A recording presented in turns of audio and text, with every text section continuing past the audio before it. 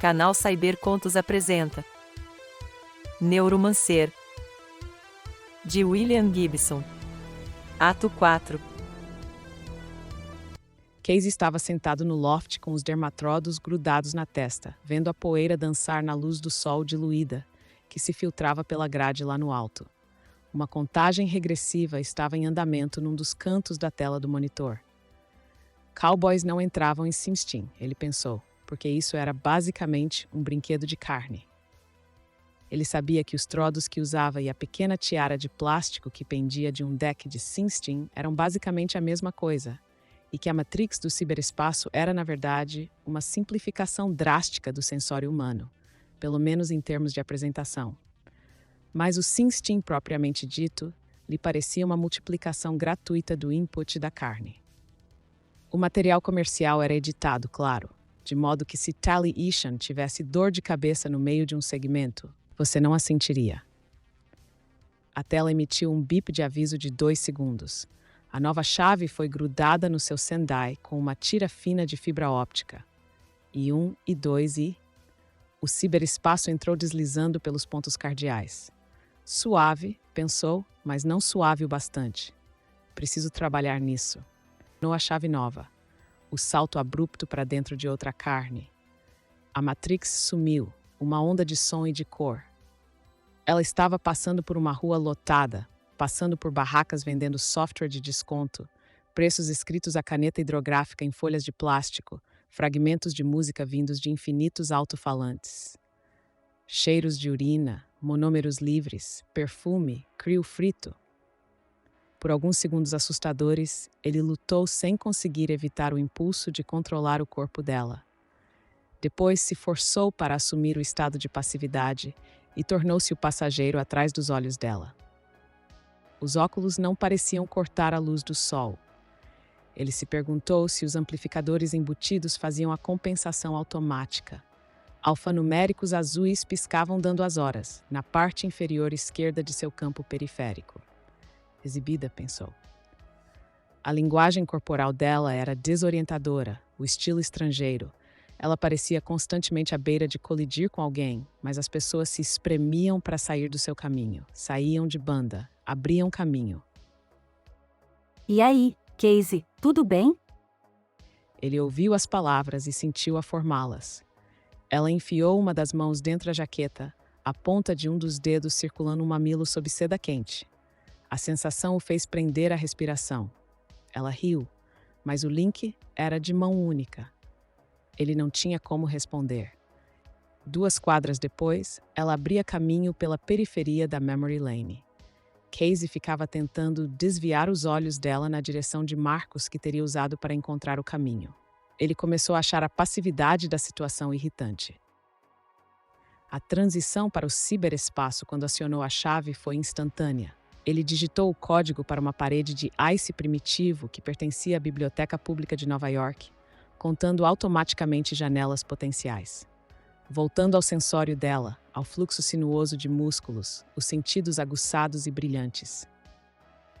Ele se pegou imaginando a mente com a qual compartilhava essas sensações. O que sabia a respeito dela? Que ela era outra profissional, que ela dizia que seu ser, assim como ele, era a coisa que ela fazia para ganhar a vida. Ele conhecia o jeito como ela se movia contra ele também. Mais cedo, quando acordou, o gemido mútuo de unidade quando ele a penetrou e o fato de que ela gostava de café puro depois. O destino dela era um dos complexos de aluguel de software de procedência duvidosa, alinhados ao longo da Memory Lane. Havia uma sensação de imobilidade ali, de ruídos abafados, cabines ao longo de um hall central. A clientela era jovem, poucos mais velhos que adolescentes. Todos pareciam ter soquetes de carbono plantados atrás da orelha esquerda, mas ela não se concentrou neles. Os balcões, na frente das cabines, exibiam centenas de cacos de Microsoft, fragmentos angulosos de silício colorido, montados sob bolhas oblongas transparentes sobre quadrados de cartolina branca. Molly foi até a 7ª cabine ao longo da parede sul. Atrás do balcão, um garoto de cabeça raspada olhava para o nada. Uma dezena de antenas de Microsoft se projetando do soquete atrás da orelha.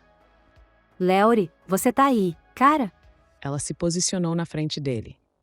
Os olhos do garoto entraram em foco. Ele se sentou reto na cadeira e tirou uma lasca magenta berrante de seu soquete com uma unha suja. Oi, Leori. E ele acenou com a cabeça para ela. Tem um trabalho para alguns dos seus amigos, Leori.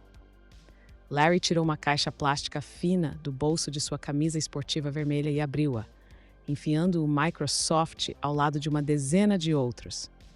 Sua mão ficou pairando. Selecionou um chip preto brilhoso, ligeiramente mais comprido que o resto, e o inseriu suavemente em sua cabeça. Seus olhos quase se fecharam. Molly tem um cavaleiro, e Leori não gosta disso. Epa, eu não sabia que você era tão sensível. Estou impressionada. Custa muito caro ficar tão sensível assim. Eu conheço você, moça. Está querendo comprar uns softs? Estou procurando os modernos. Você tem um cavaleiro, Molly. Isto aqui diz. Ele deu um tapinha na lasca preta. Tem outra pessoa usando seus olhos. Meu sócio. Manda o seu sócio sair. Eu tenho uma coisa para os panteras modernos, Leori. Do que a senhora está falando?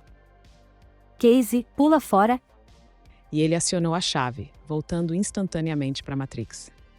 Impressões fantasmas do complexo de software pendendo por alguns segundos no zumbido tranquilo do ciberespaço. Panteras modernos. Ele disse para o Osaka, removendo os trodos. Resumo de 5 minutos. Não conhecia aquele nome. Era uma coisa nova, uma coisa que havia aparecido quando estava em Shiba. Modismos varriam o sprawl à velocidade da luz. Subculturas inteiras podiam surgir da noite para o dia, proliferar por algumas semanas e depois desaparecer inteiramente. O Osaka havia acessado uma série de bibliotecas, jornais e serviços de notícias. O resumo começou com um longo take sobre um steel colorido que Casey no começo supôs fosse uma colagem de algum tipo. O rosto de um garoto recortado de alguma imagem e colado a uma fotografia de uma parede rabiscada de tinta.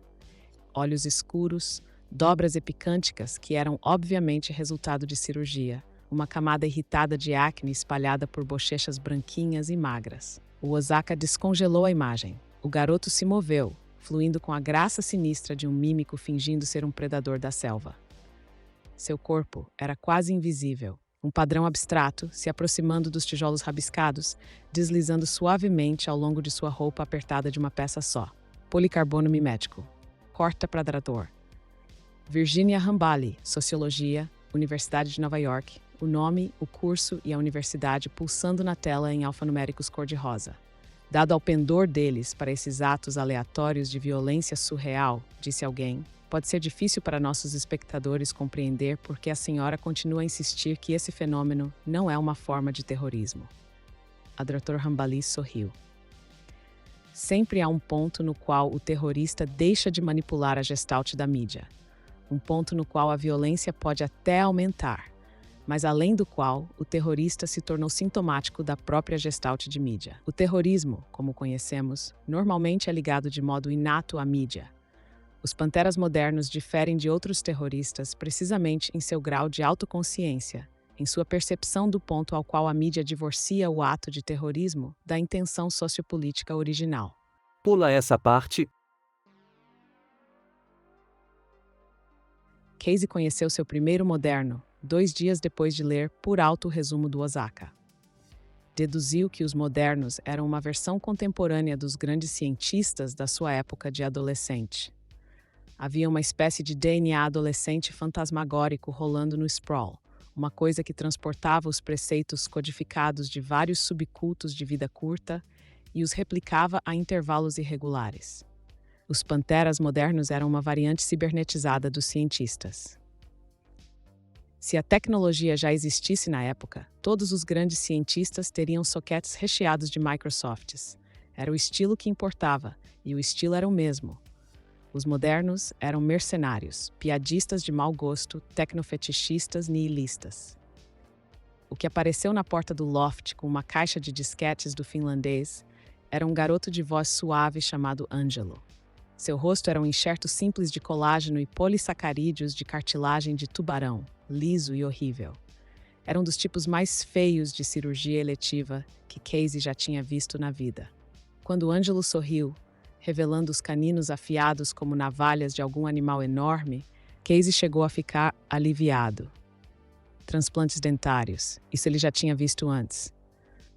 Você não pode deixar essa babaquice de conflito de gerações te incomodar. Casey concordou com a cabeça, absorto nos padrões do Ice da Sensinet. Foi isso. Isso era quem ele era, o que ele era, seu ser. Ele se esquecia de comer. Molly deixava caixinhas de arroz e bandejas de isopor com sushi no cano da mesa comprida. Às vezes ele lamentava ter que sair do deck para usar o banheiro químico que haviam montado num canto do loft. Padrões de Ice se formavam e reformavam na tela quando ele sondava em busca de aberturas, se desviava das armadilhas mais óbvias e mapeava a rota que tomara pelo Ice da Sensinet. Era Ice bom, um Ice maravilhoso. Seus padrões queimavam ali enquanto ele se deitava com o braço embaixo dos ombros de Molly, vendo a aurora vermelha pela grade de aço da claraboia. Seu labirinto de pixels arco-íris era a primeira coisa que via quando acordava. Ia direto para o deck, sem nem pensar em se vestir, e se conectava. Ele estava cortando o IC, ele estava trabalhando, perdia a noção dos dias. E às vezes, adormecendo, particularmente quando Molly estava fora, em uma de suas viagens de reconhecimento com sua gangue alugada de modernos, imagens de Shiba lhe voltavam à mente como num dilúvio. Rostos e neon da Ninsei. Um dia acordou de um sonho confuso com Linda Lee, incapaz de lembrar quem ela era ou o que havia significado algum dia para ele. Quando se lembrou, conectou-se e trabalhou por 9 horas seguidas. O processo de quebrar o Ice da Sensinet levou um total de 9 dias. Eu disse uma semana. Dashi, incapaz de esconder sua satisfação quando Casey lhe mostrou seu plano para a operação. Você levou o tempo que quis. O caralho, e isto aqui é um bom trabalho, Armitage. Sim, mas não deixe isso subir à sua cabeça. Comparado ao que ainda vai fazer, isso é um joguinho de fliperama.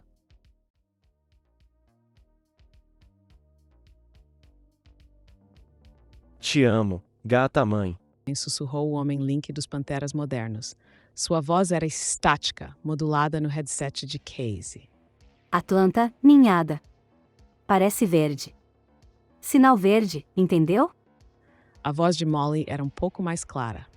Ouço e obedeço. Os modernos estavam usando uma espécie de antena parabólica vagabunda em Nova Jersey para desviar o sinal embaralhado do Homem Link por um satélite dos Filhos de Cristo Rei em órbita geossincrônica sobre Manhattan.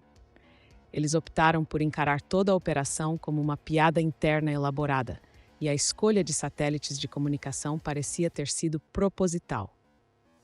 Os sinais de Molly estavam sendo irradiados de uma parabólica de 1 metro de diâmetro, colada com epóxi ao telhado de uma torre de banco de vidro preto, quase tão alta quanto o prédio da CNET. Atlanta. O código de reconhecimento era simples. Atlanta para Boston, para Chicago, para Denver, 5 minutos para cada cidade.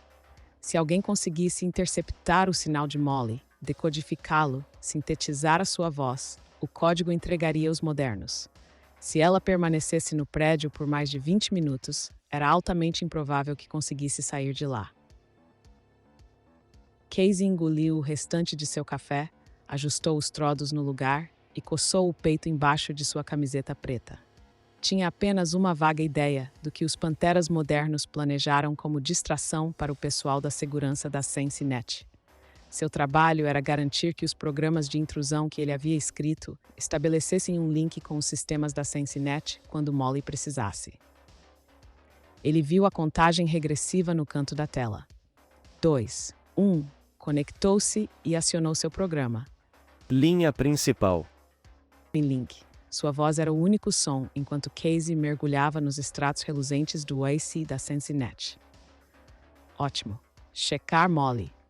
Acionou o SimSteam e flipou para dentro do sensório dela. O embaralhador borrava ligeiramente o input visual. Ela estava em pé, em frente a uma parede de espelhos salpicados de ouro no imenso lobby do prédio, mastigando chiclete, aparentemente fascinada por seu próprio reflexo. Além do enorme par de óculos de sol que escondiam seus implantes espelhados, ela conseguia ficar incrivelmente parecida com alguém que pertencia ao local, outra garota turista esperando ver Tally Isham, mesmo que de passagem. Ela vestia uma capa de chuva de plástico cor-de-rosa, um top de malha branco, calças brancas, folgadas, cortadas num estilo que tinha sido moda em Tóquio um ano antes. Sorria distraída e fazia bolas de chiclete. Casey tinha vontade de rir. Conseguia sentir a fita micropore colada nas costelas dela, sentir as minúsculas unidades de espessura fina embaixo dela, o rádio, a unidade de Singstin e o embaralhador. O microfone de garganta colado no seu pescoço parecia tanto quanto possível com um dermadisco analgésico. Suas mãos, nos bolsos da capa rosa, estavam se flexionando sistematicamente por meio de uma série de exercícios para liberação de tensão. Ele levou alguns segundos para perceber que a sensação peculiar nas pontas dos dedos dela era provocada pelas lâminas, quando se projetavam parcialmente e depois se recolhiam. Ele flipou de volta. Seu programa havia chegado ao 5º portal. Ele viu seu icebreaker pulsar estroboscópico e se modificar na sua frente, apenas levemente consciente de suas mãos brincando sobre o deck, fazendo pequenos ajustes. Planos translúcidos coloridos se embaralhavam como um baralho de mágico. Escolha uma carta, ele pensou, qualquer uma. O portal ficou para trás num borrão. Ele riu. O ICE da Sensinet havia aceito sua entrada como uma transferência de rotina do complexo de Los Angeles do consórcio. Ele estava dentro. Atrás dele, subrrotinas virais caíam, fundindo-se com o material do código do portal, prontos para defletir os verdadeiros dados de Los Angeles quando eles chegassem. Tornou a flipar. Molly estava passando pela enorme mesa de recepção circular na parte de trás do lobby. O display disparou 12h20 em seu nervo óptico.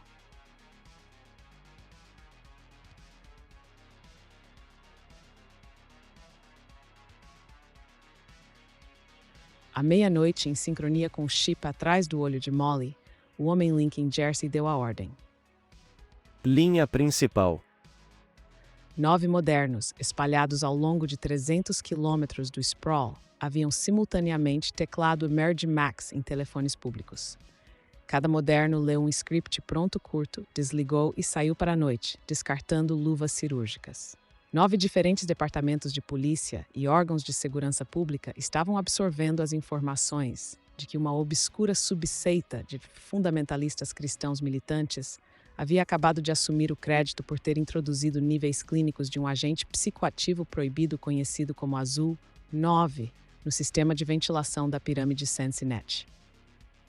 Já fora demonstrado que o Azul 9, conhecido na Califórnia como Anjo Exterminador, produzia paranoia aguda e psicose homicida em 85% das cobaias em testes. Casey acionou a chave quando seu programa surgiu através dos portais do subsistema que controlava a segurança da biblioteca de pesquisa da Sensinet. Ele se viu entrando no elevador. Desculpe, mas você é funcionário? O guarda ergueu as sobrancelhas. Lee fez uma bola de chiclete. Não. Ela disse socando o plexo solar do homem com os 2 primeiros dedos da mão direita. Quando ele se dobrou, tentando alcançar o bip no seu cinto, ela bateu sua cabeça contra a parede do elevador. Mastigando um pouco mais rápido agora, ela tocou fechar porta e parar no painel iluminado. Ela tirou uma caixa preta do bolso do casaco e inseriu uma ponte no buraco da fechadura da trava que segurava o circuito do painel.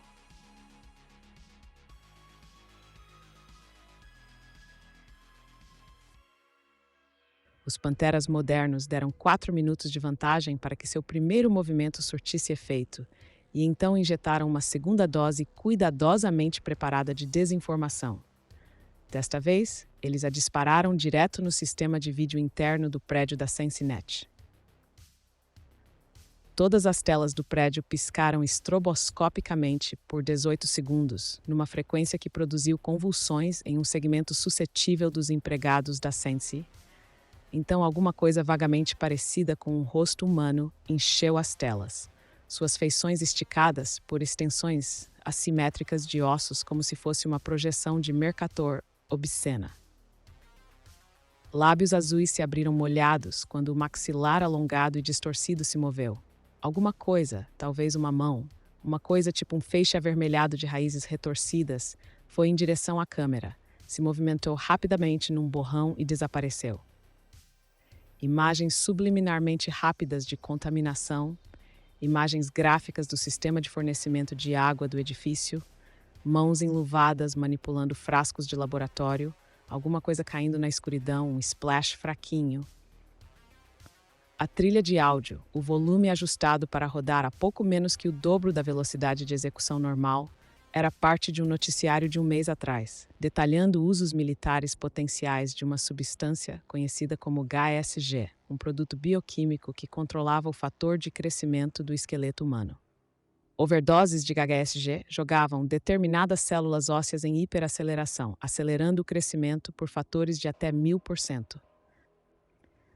O Nexus espelhado do consórcio SensiNet já tinha mais de 3.000 empregados.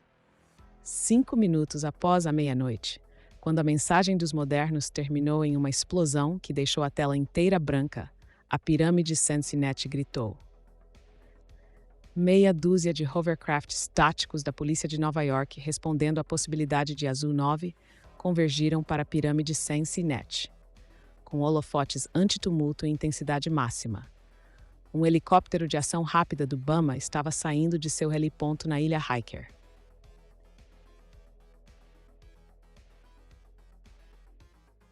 Casey acionou seu segundo programa. Um vírus projetado cuidadosamente atacou as linhas de código que exibiam os comandos primários de custódia do subsolo que abrigava o material de pesquisa da SensiNet. Boston. Brasil, a voz de Molly através do link. Estou embaixo. Viu a parede nua do elevador. Ela estava tirando as calças brancas. Um pacote volumoso, exatamente do tom de seu tornozelo branquinho, estava preso ali com fita micropore. Ela se ajoelhou e tirou-a. Rastros bordô piscaram ao longo do policarbono mimético, quando ela desdobrou o traje moderno. Ela tirou a capa de chuva rosa, jogou-o ao lado das calças brancas e começou a vestir o traje sobre o top branco de malha. O vírus de Casey havia perfurado uma janela no ICE de comando da biblioteca. Ele entrou e encontrou um espaço azul infinito, cheio de esferas com códigos de cores incrustadas numa grade apertada de néon azul claro. No não-espaço da Matrix, o interior de um determinado construto de dados possuía uma dimensão subjetiva e limitada. Uma calculadora de brinquedo de criança, acessada pelo Sendai de Casey, teria apresentado abismos ilimitados de nada com alguns comandos básicos vinculados. Casey começou a teclar a sequência que o finlandês havia comprado de um Sarariman de escalão médio com sérios problemas de drogas. Ele começou a deslizar por entre as esferas, como se estivesse andando sobre trilhos invisíveis.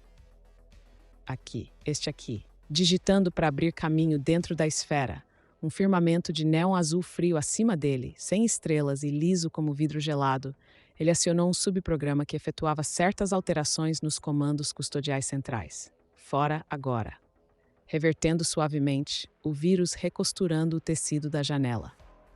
Pronto.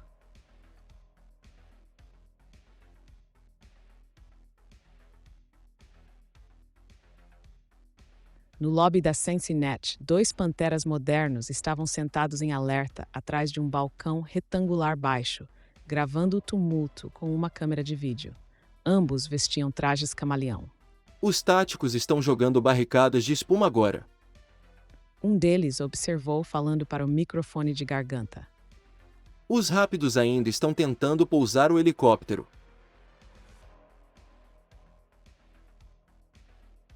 Casey acionou a chave do SimSteam e flipou direto para a agonia de ossos quebrados.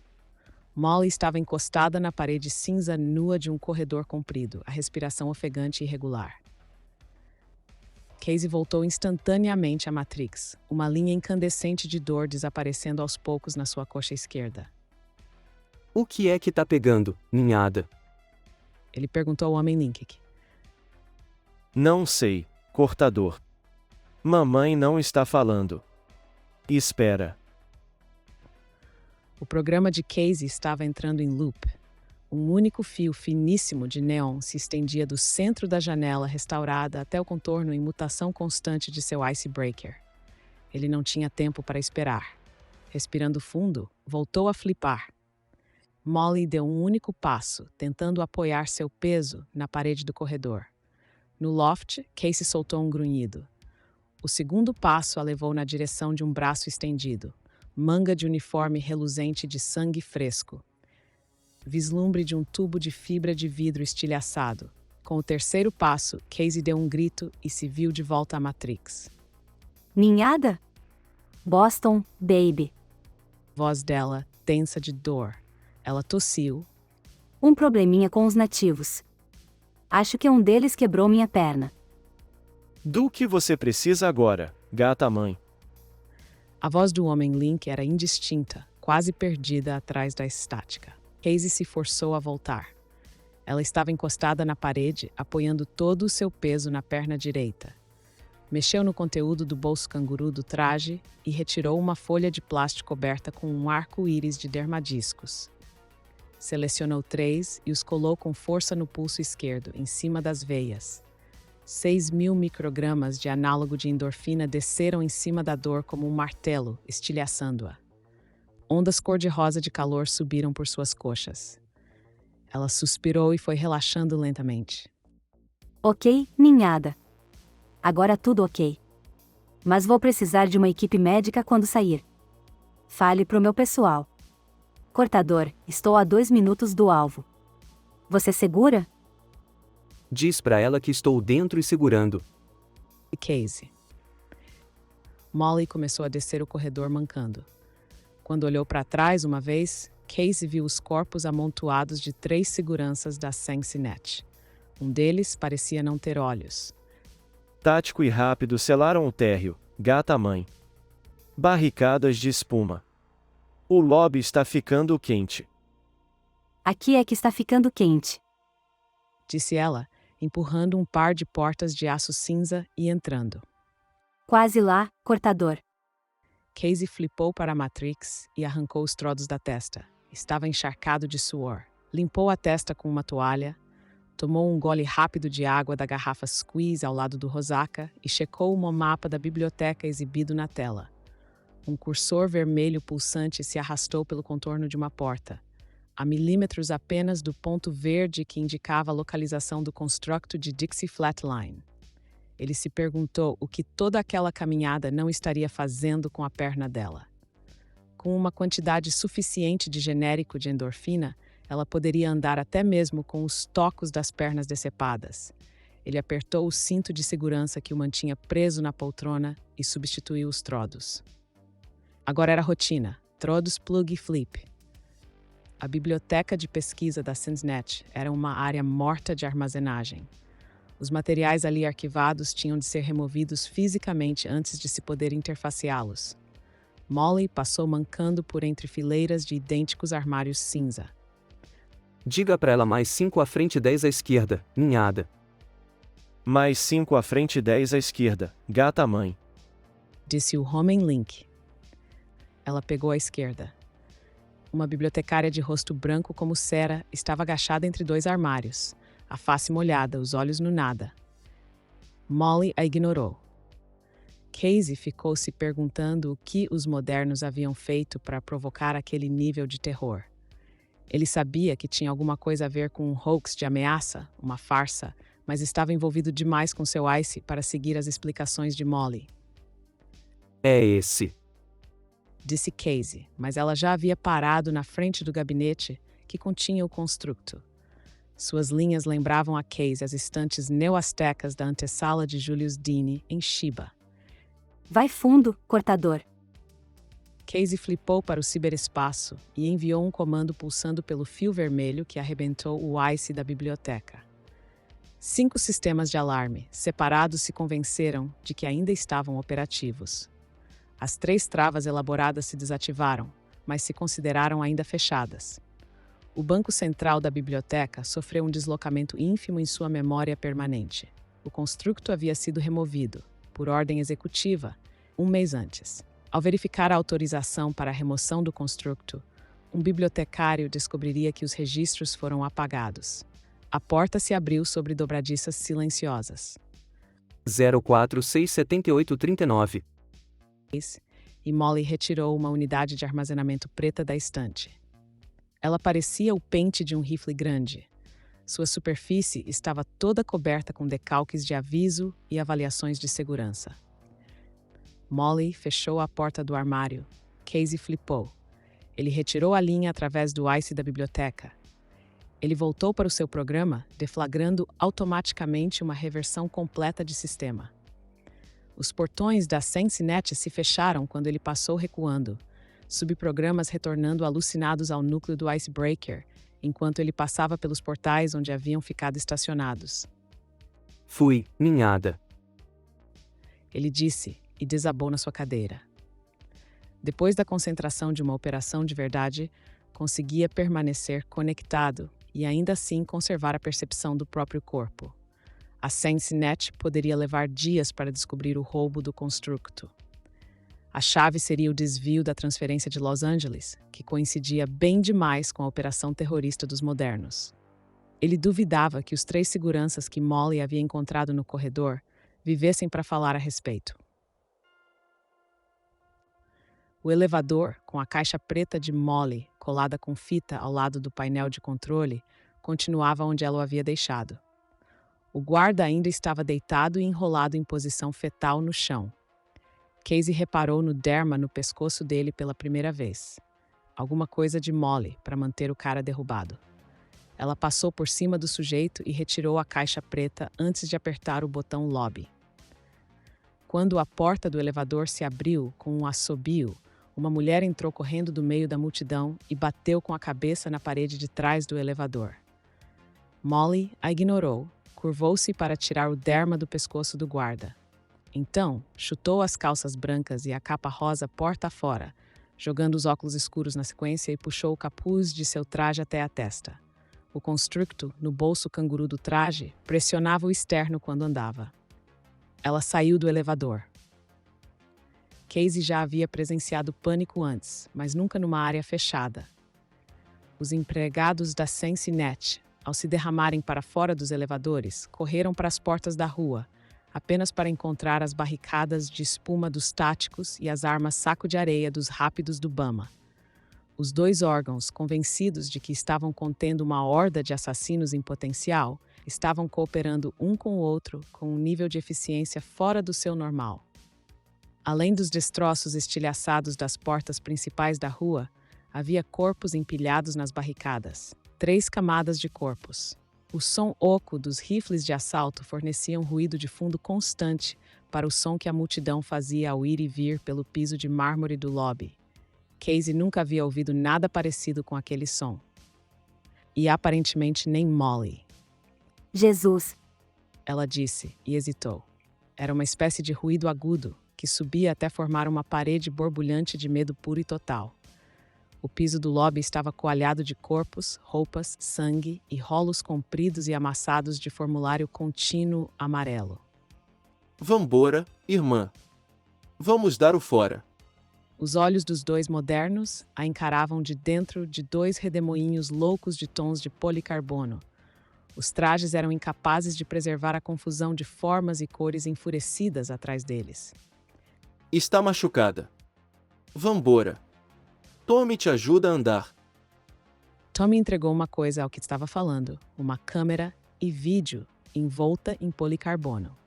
Chicago. Estou a caminho.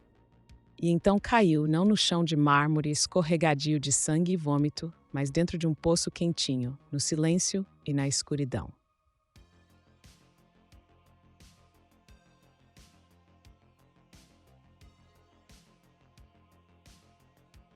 O líder dos Panteras Modernos, que se apresentou como Lupus Yonder Boy, vestia um traje de policarbono com um recurso de gravação que lhe permitia reexibir fundos à vontade. Empoleirado na beirada da mesa de trabalho de Case, como uma espécie de gárgula top de linha, ele ficou olhando para Case e Armitage com olhos desconfiados. Sorriu. Seus cabelos eram cor-de-rosa. Uma floresta arco-íris de Microsofts brotava atrás de sua orelha esquerda. A orelha era pontuda, com tufos de mais pelos rosa. Suas pupilas haviam sido modificadas para capturar a luz como as de um gato. Casey ficou olhando o traje mudar de cores e texturas. Você deixou as coisas saírem do controle. Disse Armitage. Ele estava em pé no centro do loft como uma estátua, envolto nas dobras escuras e brilhantes de uma capa de chuva sofisticada. Caos, Sr. Ken. Este é o nosso modo e nosso modus. Este é o nosso barato principal. Sua mulher sabe. Nosso negócio é com ela. Não com o senhor, Sr. Ken. Seu traje havia assumido um padrão anguloso birro de bege e verde abacate.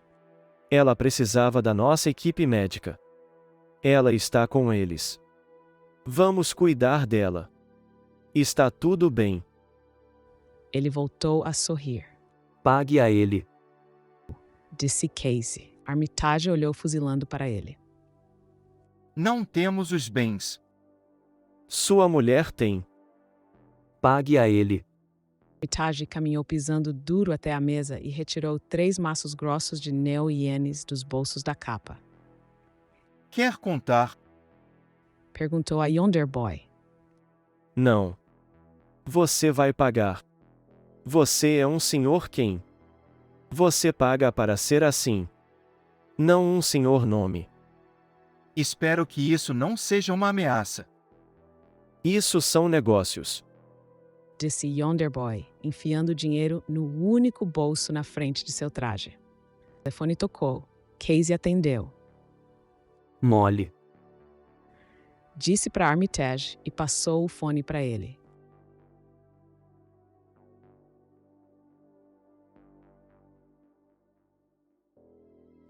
As cúpulas geodésicas do Sprawl estavam começando a se acender num cinza pré-amanhecer quando Casey saiu do prédio. Sentia os braços e as pernas frios e desconectados. Não conseguia dormir.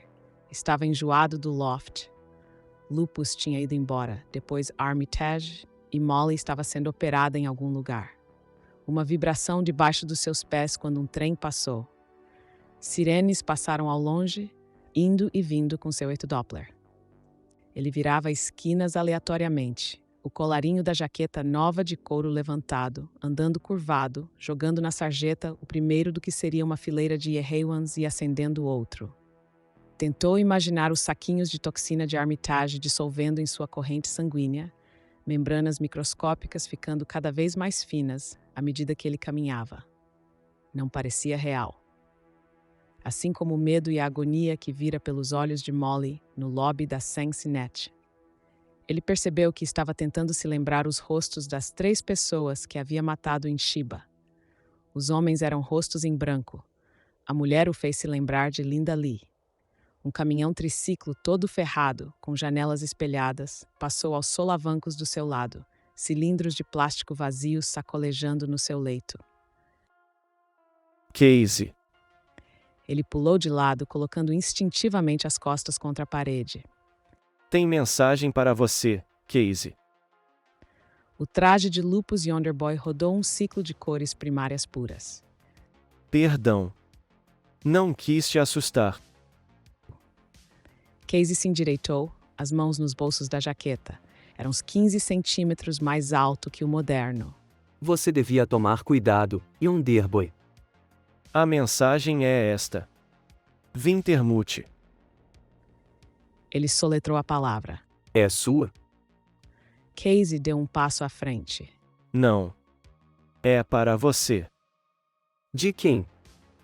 Wintermute.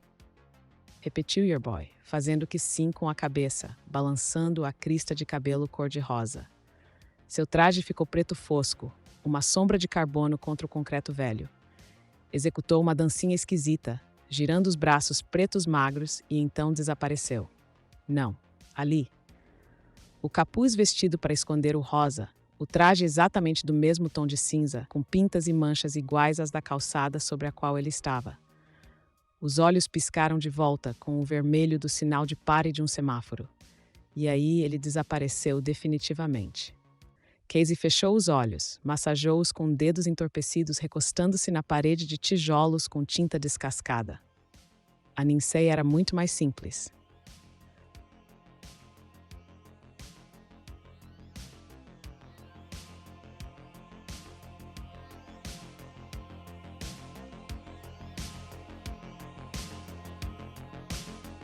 Obrigado por ouvir. Para mais contos e livros como esse, considere virar membro e ajude o canal Cybercontos. Curta o vídeo e compartilhe.